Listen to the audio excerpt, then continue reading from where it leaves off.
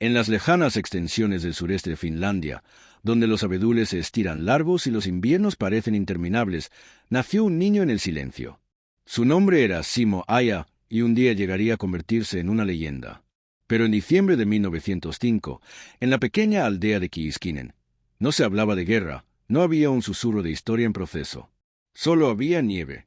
Nieve, y el sonido de leña siendo cortada, vacas siendo ordeñadas, y el tranquilo aliento de personas que habían aprendido a vivir vidas duras y honestas. Simo era el séptimo de 8 hijos, criado en una familia luterana que dependía de la tierra para todo. Su padre trabajaba la tierra, su madre mantenía la casa en funcionamiento. La suya era un mundo de disciplina, no de castigo, donde todo tenía un propósito y nada se desperdiciaba. Cada mañana comenzaba con tareas, cada noche terminaba con el calor de un fuego y el tipo de cansancio que solo viene del trabajo honesto. Esa tierra moldeó a Simo. Le enseñó a escuchar, a moverse sin perturbar el bosque, a entender el clima sin instrumentos. No hablaba mucho, no necesitaba hacerlo. Su silencio no provenía de la timidez, provenía de la atención. Cuando creces observando la línea del bosque en busca de ciervos o lobos, cuando tu supervivencia depende de ver lo que otros no ven, aprendes el valor de la quietud. De niño, cazaba conejos y pájaros con un rifle viejo, no como deporte, sino por necesidad. Cada bala contaba. Cada disparo significaba comida o fracaso. No había segundas oportunidades en ese mundo cubierto de nieve. Lo que le faltaba en tamaño, medía apenas poco más de 5 pies, lo compensaba con precisión, paciencia y la extraña habilidad de desaparecer en su entorno. Se unió a la Suojeluskunta, la Guardia Civil finesa, en sus últimos años de la adolescencia. Era una milicia voluntaria, más un deber patriótico que una carrera. Allí, Simo comenzó a entrenar con rifles en entornos más formales. Pero no solo asistía a las sesiones de entrenamiento, las dominaba. No presumiendo, sino rindiendo por encima de los demás. Sus puntuaciones estuvieron consistentemente entre las mejores. Entrenó en nieve profunda, en vientos helados, a menudo tumbado boca abajo durante horas, aprendiendo a disparar entre latidos del corazón. Su respiración era lenta, su pulso aún más lento. Entendía su arma como si fuera parte de su cuerpo. No era solo un buen tirador, era disciplinado hasta el punto de la obsesión. Y nunca usó una mira telescópica. No porque no pudiera, sino porque no confiaba en ellas. Una mira podía empañarse en el frío. Podía reflejar luz y delatar tu posición. Con miras de hierro, podía mantenerse más cerca del suelo, ocultarse mejor y disparar más rápido. Su filosofía siempre fue simple: cuantas menos variables, mejor. En 1925, a la edad de 19 años, Simo completó su servicio militar obligatorio. No fue asignado a una unidad de élite, no recibió medallas, no dejó una gran huella en los registros oficiales. Pero quienes sirvieron con él lo recordaron.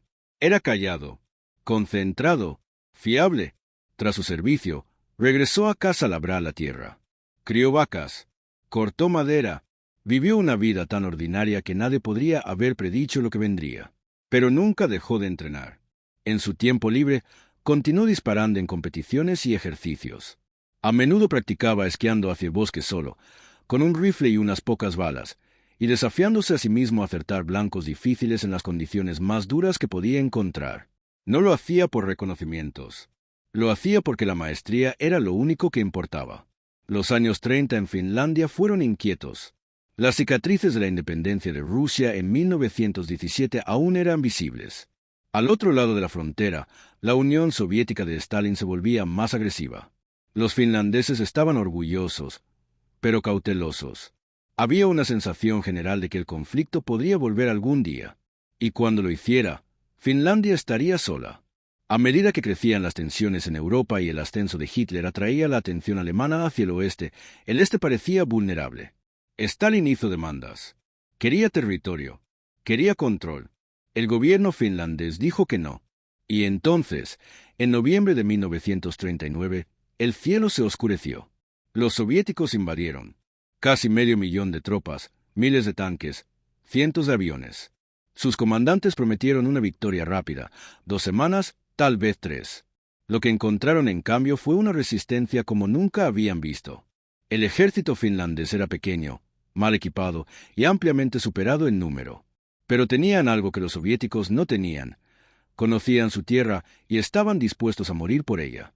Lucharon en unidades pequeñas y móviles. Atacaban desde los árboles y desaparecían. Esquiaban por nieve que atrapaba a los tanques. Y entre ellos estaba Simo Aya, convocado al servicio a la edad de 33 años, un granjero convertido en soldado que no trajo consigo rango, ni condecoraciones, solo décadas de preparación silenciosa. Fue asignado a la sexta compañía del Regimiento de Infantería 34 y estacionado cerca del río Koyaa en Karelia. Ese frente se convertiría en uno de los más críticos de la guerra. Allí, una delgada línea de tropas finlandesas contuvo a un ejército 10 veces su tamaño. El lema que surgió de Koyaa fue simple y poderoso: Koyaa que está, Koyaa aguanta. No fue solo un dicho. Se convirtió en una promesa nacional. Y Simo, ya conocido por sus camaradas como un tirador mortal, recibió un trabajo: eliminar tantos enemigos como fuera posible antes de que alcanzaran la línea. Vestía camuflaje blanco de la cabeza a los pies, mezclándose perfectamente con los drifts de nieve. No usaba mira, no llevaba equipo innecesario.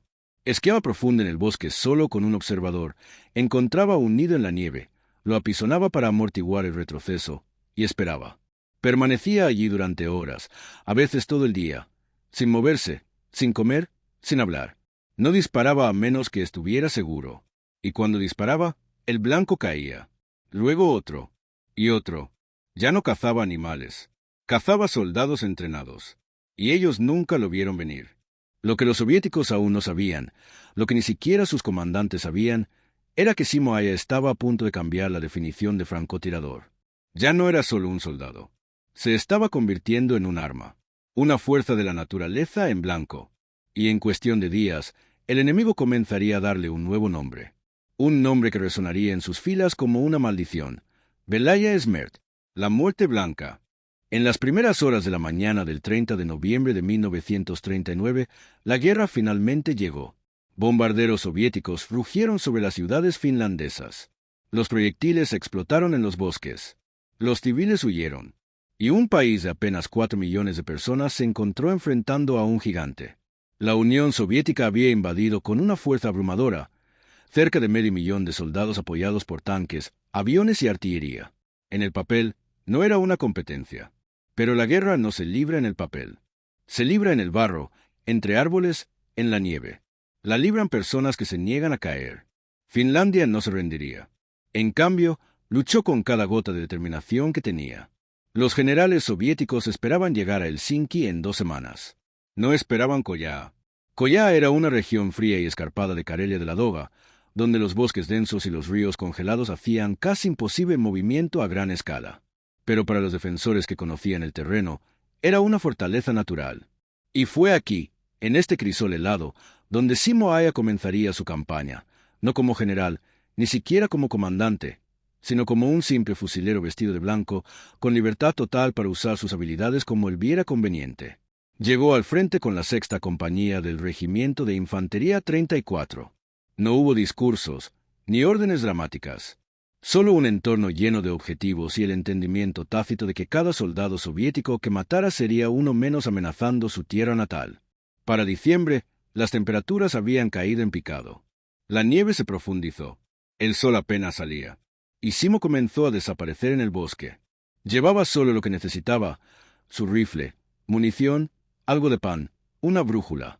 Sin mira, eligió su confiable M/28-30 con miras de hierro. Un rifle con mira significaba levantar la cabeza más alto. Significaba reflejar la luz del sol sobre el cristal. Significaba exposición. Simo no quería nada de eso. Se mantenía bajo. Siempre bajo. Sus primeras muertes llegaron silenciosamente. Una patrulla soviética aquí. Un grupo de soldados avanzando allá. No fallaba.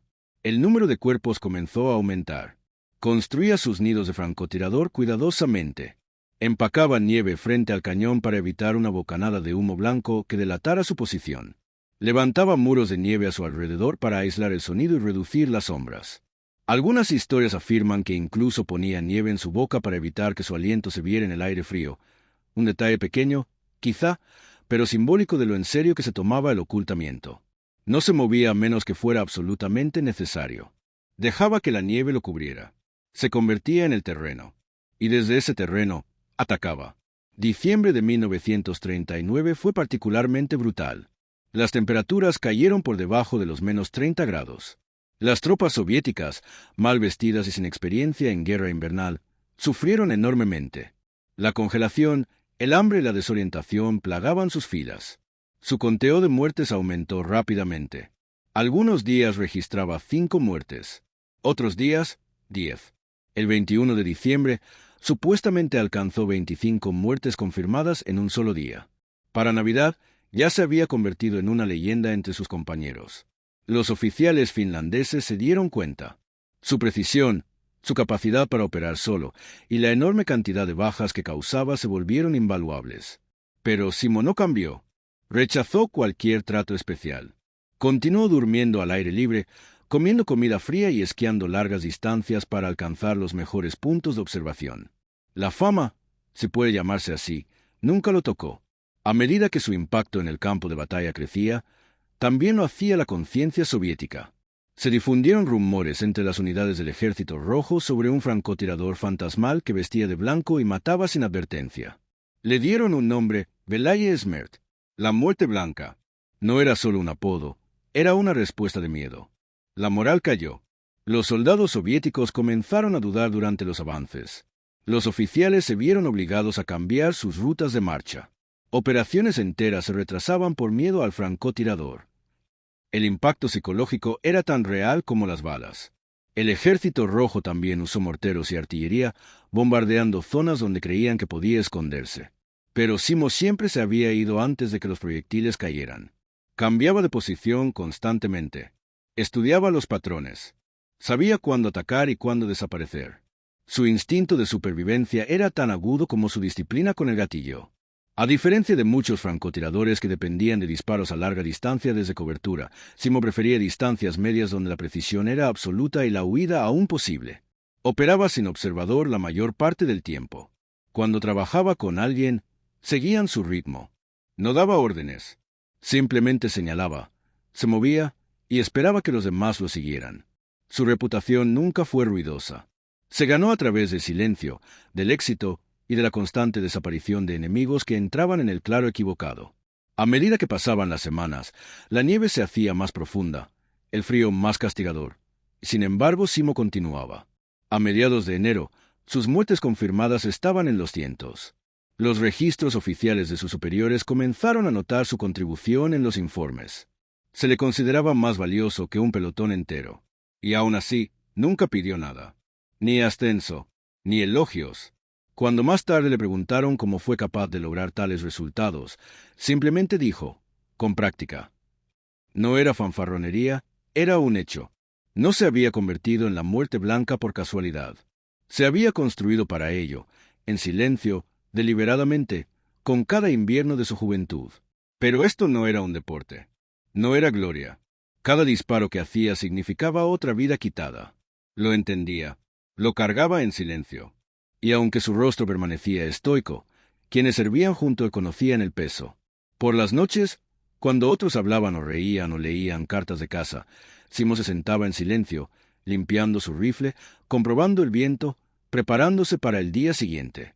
No era antisocial. Estaba concentrado. El trabajo no había terminado. Había más hombres viniendo entre los árboles. Y hasta que alguien le dijera que se detuviera, él estaría allí, esperando, inmóvil, blanco como la nieve a su alrededor. Para febrero de 1940, los soviéticos habían comenzado a reforzar sus posiciones. La escala de la invasión se intensificó, y también la presión sobre las líneas finlandesas. Simo Aja ahora operaba en medio de una tormenta total, pero permanecía calmado. Su conteo diario de muertes continuaba. Comenzó a usar una subametralladora Suomi-Cape/Diagonal 31 en emboscadas a corta distancia cuando era necesario, especialmente durante patrullas nocturnas soviéticas. Ya no solo era francotirador. Ahora también luchaba cuerpo a cuerpo, y seguía saliendo con vida. Según todos los informes, se había convertido en uno de los combatientes más efectivos no solo de Finlandia, sino de toda Europa. En menos de 100 días, había logrado lo que la mayoría de los soldados entrenados jamás soñarían: cientos de muertes confirmadas, todas en las peores condiciones imaginables. Y aún así, el hombre en sí permanecía inalterado. Todavía callado, todavía cazando, todavía envuelto en blanco. A comienzos de febrero de 1940, la noticia de la muerte blanca se había extendido por ambos ejércitos. Los soldados finlandeses pronunciaban su nombre con un respeto silencioso, no por adoración heroica, sino como si fuera algún protector mítico observando desde los bosques. Los soldados soviéticos, en cambio, lo decían en susurros, con los nervios deshechos en cada paso dentro de los árboles. «Está ahí afuera», murmuraban, escaneando cada banco de nieve en busca del brillo de unas miras de hierro o la curva de un cañón de rifle. La simple idea de él comenzó a afectar su comportamiento. Los hombres avanzaban más despacio. Los oficiales se negaban a liderar patrullas. Escuadras enteras desviaban sus rutas para evitar ciertas zonas del bosque. En realidad, estaban evitando la zona de muerte de Simo. Pero Simo nunca la llamó así. Para él, era simplemente el trabajo. Para entonces, Simo operaba como una unidad de ataque autónoma. No tenía escuadrón. Elegía sus propias posiciones. Sus comandantes confiaban completamente en él. Esquiaba antes del amanecer, adentrándose en territorio patrullado por los soviéticos. Se preparaba antes de la primera luz y esperaba. Su camuflaje era casi perfecto. Traje blanco de invierno, nieve empacada sobre su cuerpo, rifle apoyado en una cuna cubierta de hielo. Permanecía inmóvil durante horas, a menudo sin comida, a veces sin mover un solo músculo. Estudiaba todo: la dirección del viento, el movimiento de los árboles, los ángulos del sol, la caída de la nieve. Si algo cambiaba en el entorno, lo notaba, y cuando disparaba, el tiro era definitivo. Un disparo, una muerte. Luego, silencio otra vez. Su conteo de muertes superó las 300 a principios de febrero. Las unidades soviéticas cerca del frente de Koyá perdían soldados a diario por culpa de un francotirador al que no podían ver, ni oír, ni predecir. Comenzaron a llegar informes a los puestos de mando soviéticos de patrullas eliminadas de una en una, de dos en dos, de 5 en 5, todas con disparos a la cabeza o al pecho, sin señal de fuego de respuesta. Al principio, los comandantes soviéticos asumieron que había varios francotiradores finlandeses operando en rotación. La verdad, que un solo hombre era responsable, sonaba como propaganda. Pero los finlandeses sabían que no lo era. Habían visto su registro. Habían observado su trabajo con el rifle. Habían contado las muertes. Simo ya no trabajaba solo a distancia. En los periodos especialmente caóticos de la batalla, asumía papeles de emboscada a corta distancia usando la subametralladora Suomi-Cape /31.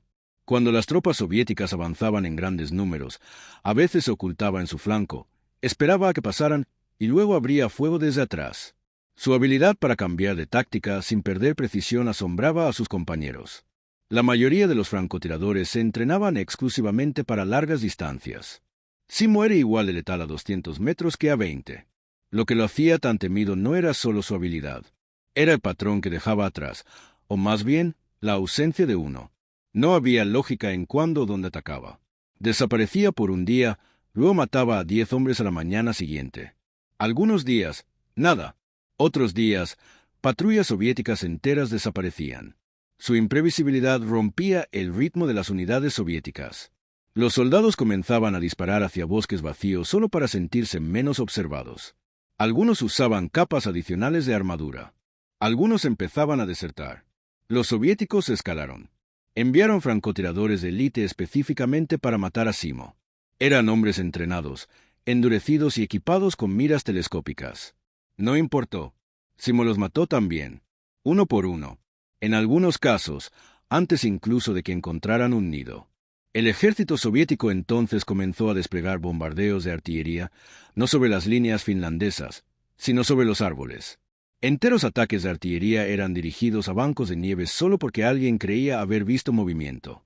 La inteligencia soviética incluso intentó trazar mapas sobre donde podía estar operando Simo en días específicos basándose en patrones previos. No sirvió. Siempre estaba en otro lugar. El respeto del mando finlandés creció.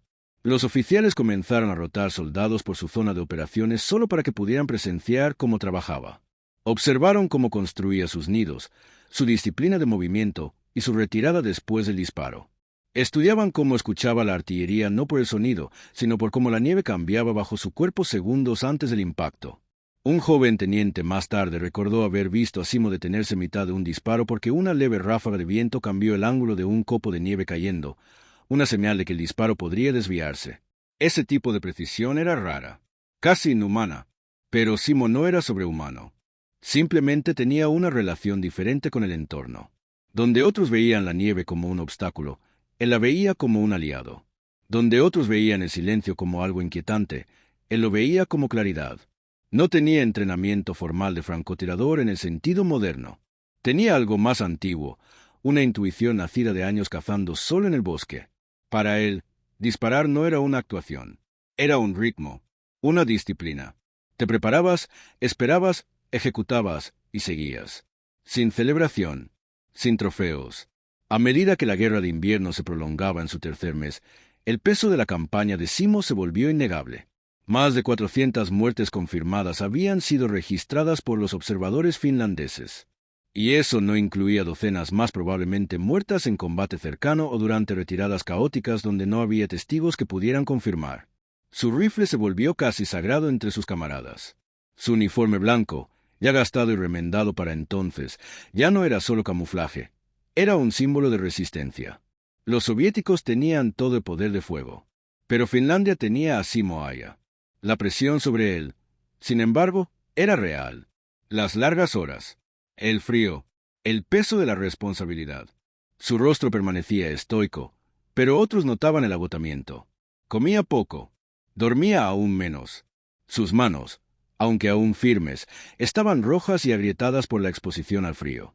Pero nunca se quejaba. Cuando le ordenaban descansar, se negaba. Había demasiados enemigos, demasiado en juego. En una carta a casa, un soldado escribió: «Tenemos dioses en nuestro ejército. Uno camina solo vestido de blanco». No era literal, pero expresaba cómo lo veían los soldados, no como un hombre, sino como el guardián del bosque. En algunos sectores, las tropas soviéticas comenzaron a negarse a entrar en ciertas zonas a menos que se confirmara la muerte de Simo. En otros, regimientos enteros cambiaban formaciones para reducir la exposición al fuego de francotiradores. El mando finlandés usó ese miedo a su favor. Comenzaron a filtrar rumores falsos de que Simo se había trasladado a otros frentes, esperando que eso obligara a las unidades soviéticas a dispersarse. La estrategia funcionó. La paranoia floreció en la nieve. A finales de febrero, los soviéticos lanzaron una ofensiva renovada. El objetivo: aplastar las líneas finlandesas mediante fuerza bruta. Lluvias masivas de artillería cayeron. La infantería soviética avanzó en oleadas. Los defensores finlandeses estaban exhaustos. La munición escaseaba. La comida era poca. Pero Simo permaneció en el frente. Nunca pidió ser retirado. De hecho, insistió en quedarse adelante, más cerca de la acción. Su conteo de muertes superó las 500. Y entonces llegó marzo, y el día que lo cambiaría todo. Los últimos días de la guerra de invierno estuvieron marcados por la desesperación. Era principios de marzo de 1940. Los soviéticos, frustrados, avergonzados y decididos a poner fin al estancamiento, lanzaron su ofensiva más agresiva hasta el momento. El fuego de artillería cubrió los bosques con tanta fuerza que los árboles se partían a la mitad por las ondas de choque.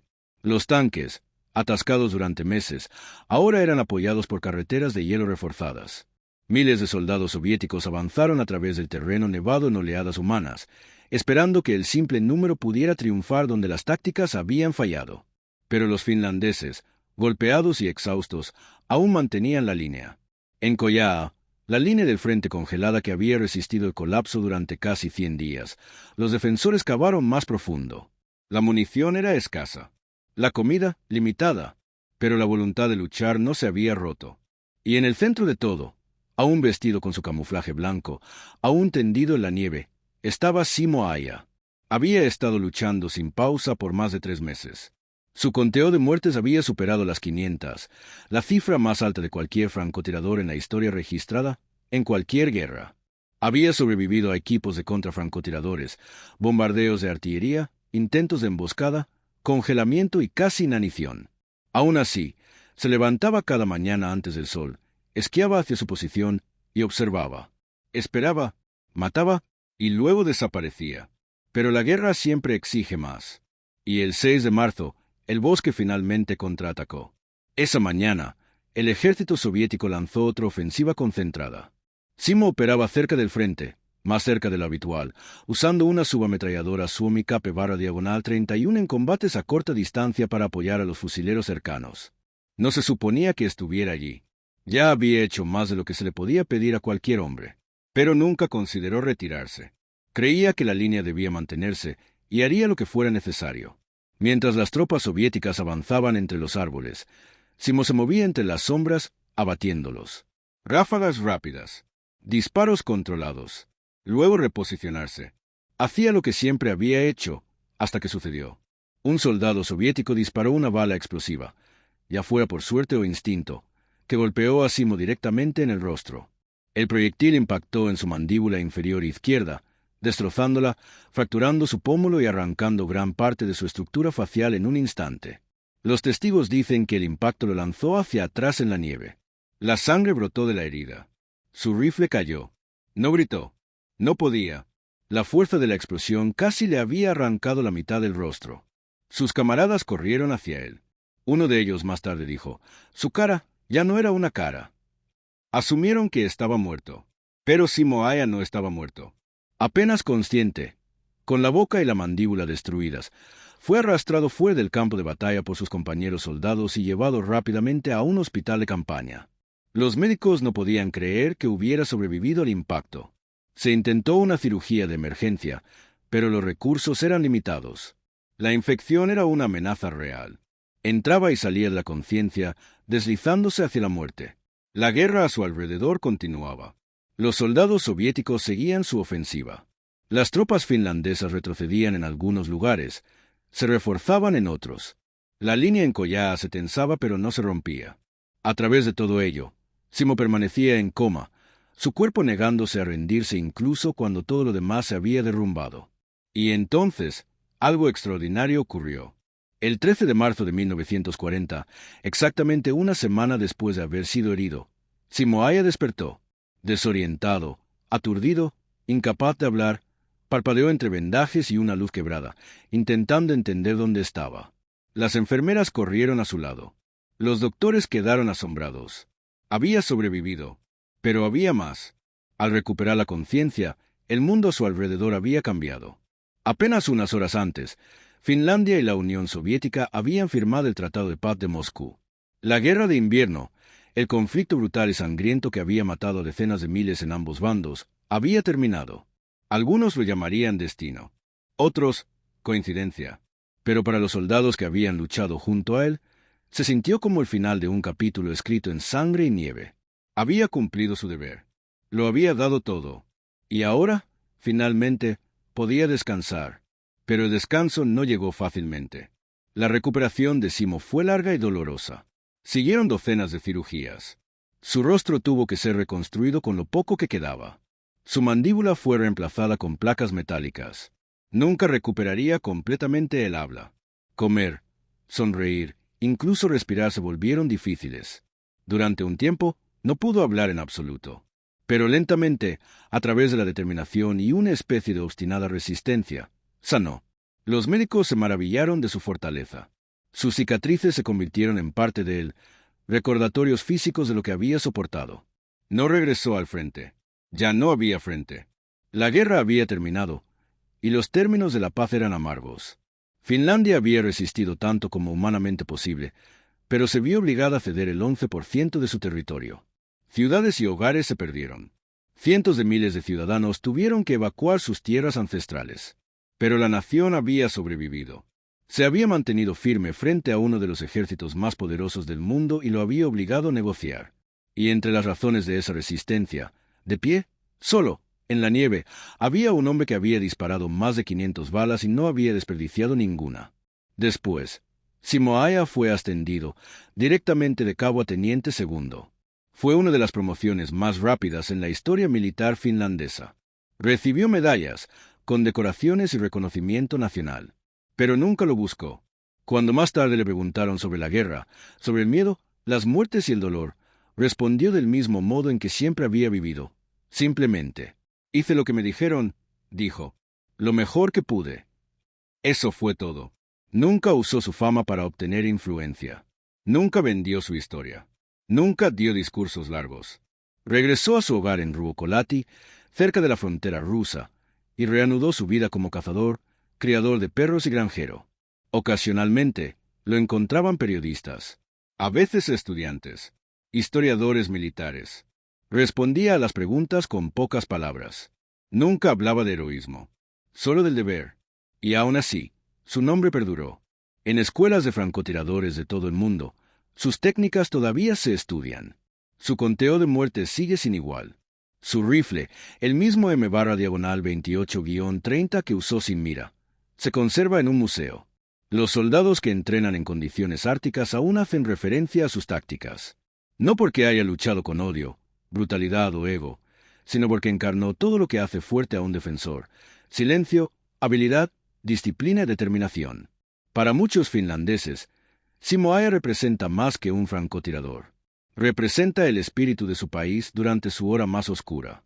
Un hombre pequeño de una aldea pequeña, armado solo con un rifle de cerrojo y una vida de paciencia, se enfrentó a una superpotencia y la hizo sangrar.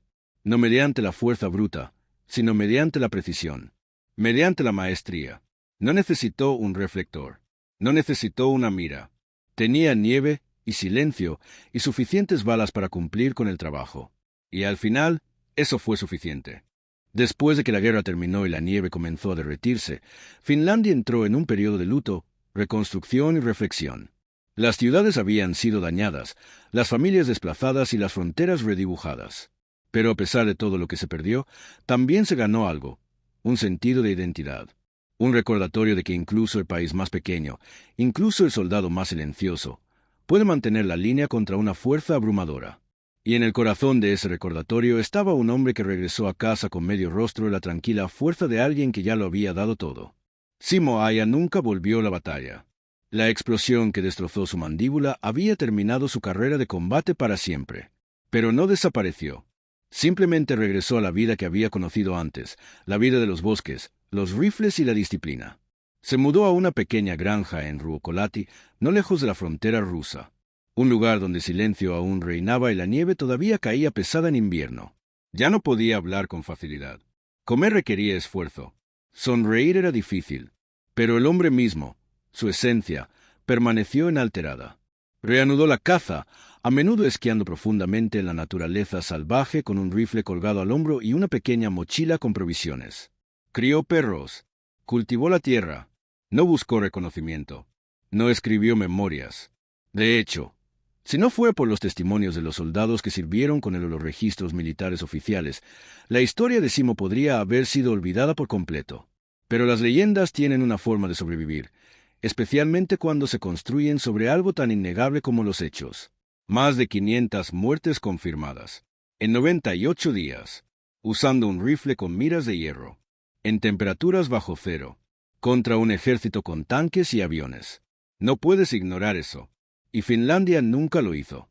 En 1940, poco después de que comenzara su recuperación, Simo fue honrado por el gobierno finlandés. Recibió la Cruz de la Libertad, primera clase. Fue ascendido a teniente segundo, un ascenso raro y directo que significaba cuán profundamente se había sentido su contribución. Pero cuando le preguntaron cómo se sentía acerca de las medallas, no dio largos discursos. No ofreció reflexiones. Solo un encogimiento de hombros. Un asentimiento silencioso. Su deber estaba cumplido. Eso era suficiente. Con los años, Finlandia se modernizó. La Guerra Fría vino y se fue. Nacieron generaciones que nunca escucharon artillería en los bosques ni sintieron la tierra temblar bajo los tanques. Y aún así, la historia de Simo perduró.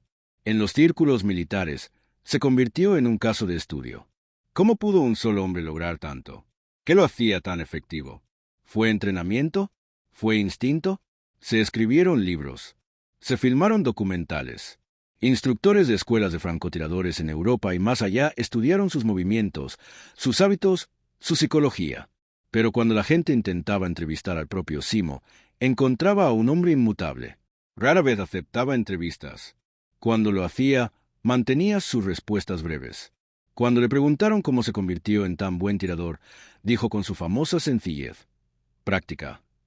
Cuando le preguntaron si se arrepentía de haber matado a tantos, respondió: solo hice lo que me dijeron, lo mejor que pude. Y cuando le preguntaron si lo haría todo otra vez, apartó la mirada y no dijo nada. Hasta el final, siguió siendo el mismo hombre que era antes de la guerra, humilde, reservado, enfocado. Pero eso no impidió que otros hablaran por él. Sus compañeros soldados describían su paciencia, su intensidad silenciosa, la forma en que desaparecía en el bosque antes del amanecer y regresaba después del anochecer con la barba congelada y otras 5 muertes confirmadas. Algunos recordaban cómo, incluso cuando la lucha era peor, Simo se negaba a mostrar miedo. No porque no lo tuviera, sino porque el miedo no ayudaba. Con el tiempo, los jóvenes finlandeses comenzaron a aprender sobre él en las clases de historia. Su rifle fue exhibido en el Museo Militar de Finlandia. Su uniforme, remendado y manchado, se convirtió en un artefacto nacional. Y poco a poco, el hombre que nunca quiso fama se convirtió en un símbolo, no solo de la resistencia finlandesa, sino de algo más profundo. Precisión, disciplina, deber, la idea de que la grandeza no siempre se anuncia. A veces yace en la nieve, espera el momento adecuado y nunca falla. En sus últimos años, Simo pasó la mayor parte del tiempo al aire libre. Se mantuvo activo hasta una edad avanzada. Nunca se casó. Nunca buscó la atención pública. Pero nunca estuvo solo. Los amigos lo visitaban. Los jóvenes soldados le escribían cartas. Los estudiantes militares hacían preguntas. Y cuando llegaban, no encontraban a un viejo presumido recitando historias de guerra. Encontraban una figura tranquila junto al fuego, bebiéndote lentamente, su voz áspera por las cirugías, su mirada aún aguda. Cuando un joven soldado le preguntó si extrañaba la guerra, Simo respondió: «Extraño el bosque». Murió el 1 de abril de 2002, a la edad de 96 años. Finlandia se detuvo. Se publicaron obituarios. Las banderas se bajaron. Su funeral fue pequeño, pero no necesitaba ser grande. El hombre ya había dejado su huella. Y no solo en los libros de historia. Sus tácticas aún se estudian en las escuelas de francotiradores hoy, desde Finlandia hasta Estados Unidos y Rusia. Su enfoque sobre el camuflaje, el control de la respiración, el análisis del terreno y la selección de objetivos se ha convertido en estándar en el entrenamiento de élite. Pero su verdadero legado no está en los números. Está en la mentalidad. La idea de que no necesitas tecnología avanzada para ser efectivo. Que el dominio de lo básico, cuando se ejecuta con disciplina y corazón, puede superar incluso al enemigo más poderoso. Para muchos, Simo Aya siempre será recordado como el francotirador más letal de la historia. Y eso es cierto, pero es incompleto. No fue solo un asesino. Fue un protector, un defensor, un hombre que no fue a la guerra porque quiso, sino porque tuvo que hacerlo. Y cuando lo hizo, no llevó odio ni crueldad. Llevó habilidad, y silencio, y un sentido inquebrantable de responsabilidad. En una era obsesionada con el ruido, Simo sigue siendo un recordatorio del poder del silencio. En un mundo atraído por el caos, mostró la fuerza de la quietud. Y en el invierno más frío que Finlandia jamás enfrentó, cuando el mundo pensó que el país colapsaría, fue Simo Aya, el granjero, el cazador, el soldado, quien se interpuso entre su patria y el abismo. No con discursos, no con tanques, solo con un rifle, nieve blanca y la promesa no dicha: esta tierra resistirá.